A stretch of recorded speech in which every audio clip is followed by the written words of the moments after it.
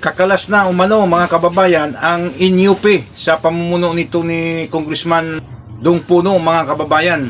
Nakakatawa itong mga congressman ngayon. Wala na kasing FLR na 150 million eh. Kaya sabi umano ayaw nila ng liderato ni Speaker Bujidi. Busis lang umano ni Sandro Marcos ang nasusunod sa Kamara. Ano ba yan?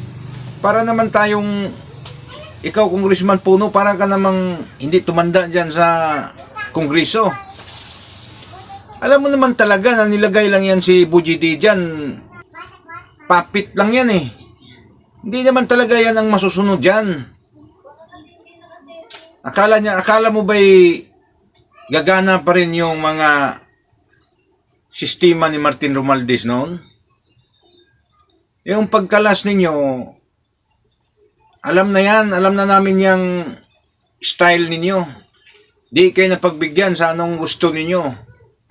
Kasi si Bujidi, hindi kagaya yan ni Martin Romualdez. Tingnan mo naman yung itsura niyan. Ha? Sa appearance pa lang ni Bujidi, kahit hindi namin kilala yan, alam namin na medyo malayo yan sa kapasidad ni Martin Romualdez. Hindi yan yung tipong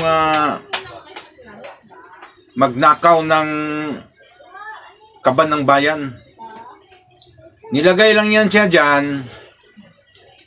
Ang ibig sabihin, yung posisyon na yan, hindi talaga nila ibigay yan kung kaninong tao na hindi talaga nila mahawakan sa liig.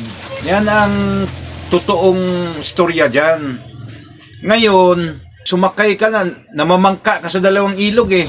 Kung gusto pa niyong kumalas, Congressman Puno, dapat noon pa. Nung pagputok pa nitong issue na to, nung kasagsagan pa ng nakawan, kung talagang sincero ka sa paglilingkod ng taong bayan. Diba?